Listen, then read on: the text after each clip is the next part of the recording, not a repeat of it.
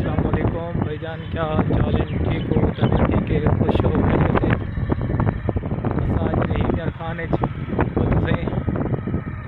मौसम का इंजॉय करने वधो सारे बिरावे को अब्दुल्ला फरीदी का सलाम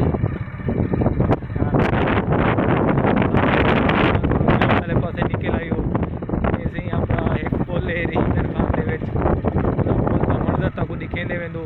इतने सी मच्छी वाले बैठे ज़्यादातर ते कुंडिया सट्टी बैठे मच्छी का शिकार करें बैठे। मौसम जो चंगा है, हर कोई कुंडिया चाहते निकल आए ताकि मच्छी पकड़ो तो मच्छी का शिकार करो। सामने बाबा बैठे मच्छी का शिकार करना बैठे।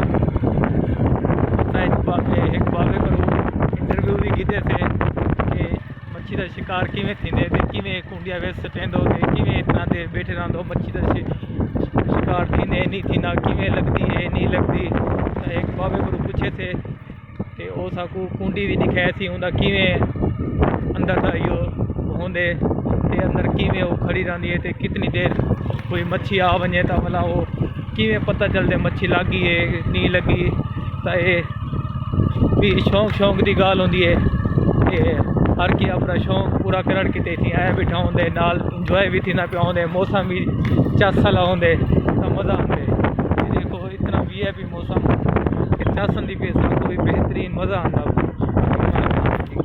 तो भी दिखा दियो सारे यूट्यूब वाले अपने सारे बिरावे को ताकि सारी वीडियो तुसा लाइक करो शेयर करो ते बटन को दबावे सारे चैनल को, सारी मेहरबानी होती।